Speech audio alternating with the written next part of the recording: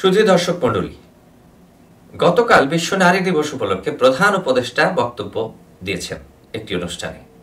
প্রধান উপদেষ্টা অনুষ্ঠানে বক্তব্য পাঠ করেছেন লিখিত বক্তব্য, যেটি তিনি সাধারণত করেন না। তিনি সবসময় স্বতঃস্ফূর্তভাবে নিজের কথাগুলোই বলেন।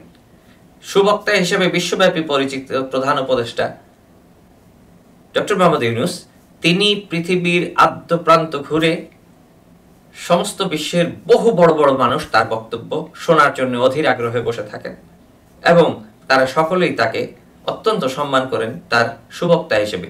বিশ্বব্যাপী অনেক মানুষ নোবেল অর্জন করেছেন, কিন্তু তাদের মধ্যে তিনি অন্যতম হয়েছেন। মূলত তিনি সুবক্তা এজন্যই। এই ডক্টর মোহাম্মদ ইউনূস গতকালকে লিখিত বক্তব্যটি যখন পাঠ করলেন, তখন তিনি অগোছালো এবং যথেষ্ট অস্বতঃস্ফূর্ত তাকে লক্ষ্য করা গেল। যাই হোক, সেগুলো অন্য প্রসঙ্গ। বিশ্ব নারী দিবস উপলক্ষে তার এই বক্তব্যে নারীদের প্রতি তার সহমর্মিতা, তার প্রচেষ্টা, সেগুলো তিনি তুলে ধরেছেন। তিনি নারীদের বিষয়ে বিভিন্ন কাজ যেগুলো করেছেন সেগুলোর ফিরিস্তি তুলে ধরেছেন এবং বাংলাদেশে বর্তমান পরিস্থিতির জন্য বিগত সরকারের যেই গড়ে তোলা সংকট, সেই সংকটকে আবার পুনর্ব্যক্ত করেছেন। গত 7 মাস ধরে প্রতিদিনই আমরা এগুলো শুনতে পাচ্ছি। এই সরকারের প্রত্যেকটি বক্তব্যে বিগত সরকারের সমস্ত সংকট, সৃষ্ট সংকটের কথাই বলা হয়। সেগুলোই মূলত পুঁজি। আমাদের এই সরকারের দুটো পুঁজি রয়েছে। প্রথম দিকে একটি বিরাট পুঁজি ছিল ভারত বিদ্বেষী কথাবার্তা বলা। সেটি আপাতত একটু বন্ধ হয়েছে, কারণ ভারতের সাথে এই সরকার সম্পর্ক পুনঃস্থাপন করার চেষ্টা করছে। সেজন্য ভারতের বিরুদ্ধে সেরকম কোনো কথা আমরা শুনতে পাই না। বরঞ্চ বিবিসির সাথে সাম্প্রতিক সাক্ষাৎকারে প্রধান উপদেষ্টা বলেছিলেন, ভারতের সাথে আমাদের খুবই সুন্দর সম্পর্ক চলছে এবং তিনি খুবই আনন্দিত হয়ে বলছিলেন সেই সম্পর্কের কথা। যাই হোক, সেটিও আমাদের প্রসঙ্গ নয়। আজকের প্রসঙ্গ নারী দিবস। বিশ্ব নারী দিবসে প্রধান উপদেষ্টা যেই কথাগুলো বললেন, তার সাথে গত 7 মাসে প্রধান উপদেষ্টা এবং এই সরকারের আমলে যেই নারীদের প্রতি তাদের দায়িত্ব, কর্তব্য যেগুলো তারা পালন করেছেন, সেগুলো নিয়ে আমরা কথা বলি। গত 7 মাসে নারী নির্যাতনের সংখ্যা উল্লেখযোগ্যভাবে বেড়েছে, পাশাপাশি শিশু নির্যাতনের সংখ্যাও বেড়েছে। এই মুহূর্তে একটি শিশু বাংলাদেশের কোনো চিকিৎসা ব্যবস্থা, ঢাকা মেডিকেলের মতো জায়গায় যার চিকিৎসা হচ্ছে না, তাকে চিকিৎসা দেয়া হচ্ছে সিএমএইচে। সে জীবন মৃত্যু সন্ধিক্ষণে লড়ছে। ধর্ষিত শিশুটির বয়স মাত্র 8। এরকম ঘটনা অহরহই ঘটছে। গত ফেব্রুয়ারি মাসটিকে যদি আমরা ধর্ষণের মাস হিসেবে উল্লেখ করি, অত্যুক্তি হবে না। শুধুমাত্র ফেব্রুয়ারি মাসে 295টি শিশু ও নারী নির্যাতনের ঘটনা ঘটেছে। সেগুলোর বিষয়ে গতকালকের এই বক্তব্যের আগে প্রধান উপদেষ্টার মুখ থেকে বিন্দুমাত্র কোনো কথা আমরা শুনিনি। আমাদের প্রধান উপদেষ্টা অনেক ক্ষেত্রেই নীরব থাকেন। মব জাস্টিস আনলিমিটেড আকারে হচ্ছে। দেশে নৈরাজ্য, খুন, রাহাজানি, ছিনতাই হচ্ছে, এগুলোর কোনো সুরাহা নেই। স্বরাষ্ট্র মন্ত্রণালয় একটা রয়েছে, তার একজন মন্ত্রী রয়েছেন। সেই মন্ত্রীর কথাবার্তা, বলার ভঙ্গিমা এবং তার উপস্থাপনা শুনলেই মানুষ বুঝতে পারে ওই মন্ত্রী কতটা কি করতে পারবেন। যাই হোক, এই হচ্ছে আমাদের পরিস্থিতি। আমাদের প্রত্যেকটি ঘরের মানুষ অনিরাপদ জীবনযাপন করছেন। প্রত্যেকটি পাড়ায় মহল্লায় মব জাস্টিস বিস্তৃত হচ্ছে।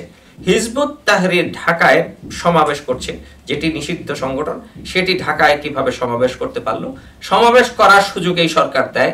বিভিন্ন উদ্ভট দাবি দাওয়া নিয়ে লোকজন ঢাকায় জড়ো হয়, তাদেরকে বসার সুযোগ দিয়ে পরে যখন ক্যাচাল বড় হয়ে যায়, তখন তারা সেখানে হয় লাঠিপেটা করে অথবা ছাত্রদের ডেকে নিয়ে আসে।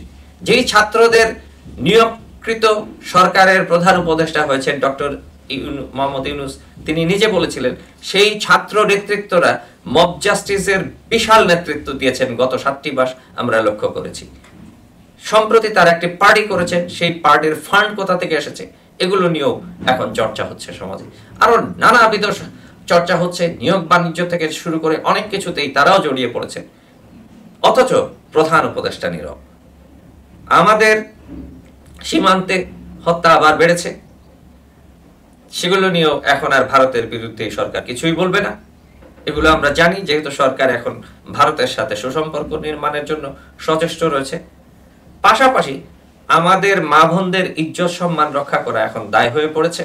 ঘর থেকে বেরোলেই নারীদেরকে প্রত্যেকটি পরিবার বলতে বাধ্য হচ্ছেন তাড়াতাড়ি ফিরে এসো, সন্ধ্যার মধ্যে ফিরে এসো, বাইরে যেও না। এরকম অনেক ঘটনা, অনেক কথা। আমরা নিজেরাও আমাদের পরিবারের মানুষকে বাইরে গেলে শঙ্কিত থাকি।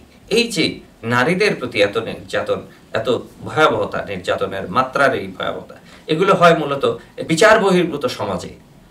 মব জাস্টিস ব্যাপক হারে বেড়ে যাওয়ায় এবং যার যার যেমন ইচ্ছা তেমন চলার এই সমাজে আইন শৃঙ্খলাকে থোড়াইতে তোয়াক্কা করছে যে কোনো মানুষ। এর মধ্যে রয়েছে পরাজিত শক্তি, এর মধ্যে রয়েছে ভারতীয় ষড়যন্ত্র, পাশাপাশি রয়েছে তথাকথিত এই গণঅভ্যুত্থানের মহানায়কদের উদ্ভট আচরণ। সবকিছু মিলিয়ে এই সরকার আসলে কি করতে চাইছে সেগুলোই সুস্পষ্ট নয়। ক্রমান্বয়ে ধারণা করা হয়েছিল 5ই আগস্টের পরে যে 3 মাসের মধ্যে একটি নির্বাচন আয়োজন করে একটি নির্বাচিত সরকারের মাধ্যমে দেশ পরিচালিত হবে। পরবর্তীতে দেখা গেল এই সরকার সংস্কারের প্রয়োজনগুলো সামনে নিয়ে আসলেন, জনগণ সেই সংস্কারের কথা মেনে নিলেন এবং সংস্কার হচ্ছে। এখন সংস্কারের কথা বলে বলে সময় সময় এই নির্বাচন প্রক্রিয়া ব্যাহত হচ্ছে। এখন ওই যে নতুন রাজনৈতিক দল গঠন করেছেন যে ছাত্র নেতৃত্ব, তারা আবার ইনিয়ে বিনিয়ে আরো দীর্ঘ সময় এই সরকারের মেয়াদ বাড়ানোর চেষ্টা করছেন বা কথা বলছেন। নির্বাচনকে দূরে রেখে তারা সংস্কারের কথা বলছেন। অথচ এই মুহূর্তে সরকার বা দেশ অচল বলা চলে। বাংলাদেশের মানুষের নিরাপত্তা বলতে কিছু নেই বললেই চলে। প্রত্যেকটি ঘরে ডাকাতির ভয়। এই মুহূর্তে গতকালকেই পুলিশের প্রধান ব্যক্তি আইজি তিনি বলেছেন যারা এবার ঈদে বাড়িতে যাবে তারা যেন তাদের বাড়ির নিরাপত্তা বা তাদের ঘরের নিরাপত্তা তারা নিজেরা নিশ্চিত করে তবেই বাড়িতে যান। ভাবুন অবস্থাটা দর্শক, কোন পর্যায়ে আমরা নেমে এসেছি, আমাদের আইন শৃঙ্খলার পরিস্থিতি কোন পর্যায়ে রয়েছে। একজন আইজিপি যখন বলতে পারেন যে আপনি দেশের বাড়িতে যাবেন, রাজধানীর প্রাণকেন্দ্রে বসে যিনি বলতে পারেন যে আপনারা দেশের বাড়িতে যাবেন, আপনাদের যাওয়ার সময় আপনাদের স্থাপনার, আপনাদের সম্পদের নিরাপত্তা ব্যবস্থা আপনারা নিজেরা নিশ্চিত করবেন, তাহলে এই সরকার কিসের জন্য, এই স্বরাষ্ট্র মন্ত্রণালয় কিসের জন্য, এই প্রশাসন কিসের জন্য? দেশের মানুষের ট্যাক্সের টাকায় এই এত বড় বড় বাহিনী পোষার কি দরকার ছিল? দর্শক, আমরা আসলে খুব অসহায়। এই সরকারের প্রধান উপদেষ্টা থেকে শুরু করে প্রত্যেকটি মানুষ আমাদেরকে নিয়ে এক ধরনের টালবাহানার মধ্যে রয়েছে। দর্শক, যে শিশুটি এই মুহূর্তে সিএমএইচে মৃত্যুর সাথে লড়ছে, সেই শিশুটির অপরাধ কি ছিল? সে কি পোশাক কম পরেছিল? সে কি ওড়না পরেনি? সে কি প্যান্ট, জিন্স, টি শার্ট পরে ঘুরে বেড়াচ্ছিল? তাহলে কি কারণে সে ধর্ষিত হলো? আমাদের সমাজে প্রচলিত রয়েছে নারীদের পোশাকের কারণেই অনেক সময় ধর্ষণের শিকার হন তারা, নির্যাতনের শিকার হন তারা। তাহলে এই শিশুটি বা এই ধরনের শিশুগুলো যখন নির্যাতিত হয় তখন তারা কোন পোশাকের দোষে তারা দুষ্ট হয়ে এই নির্যাতনের শিকার হয়? অনেক প্রশ্ন, অনেক জিজ্ঞাসা, মানুষের বুক বিদীর্ণ করা এই পরিস্থিতি থেকে আমাদের পরিত্রাণের আশা আদৌ কি এই সরকারের সময় হবে? সরকার কি সচেষ্ট হবেন প্রতিটি বিষয়ে গুরুত্ব নিয়ে এই পরিস্থিতি মোকাবেলা করা এবং মানুষের নিরাপত্তা বিধান করায়? আজ এ পর্যন্তই। ভালো থাকুন, সুস্থ থাকুন, সচেতন থাকুন, নিরাপদ থাকুন।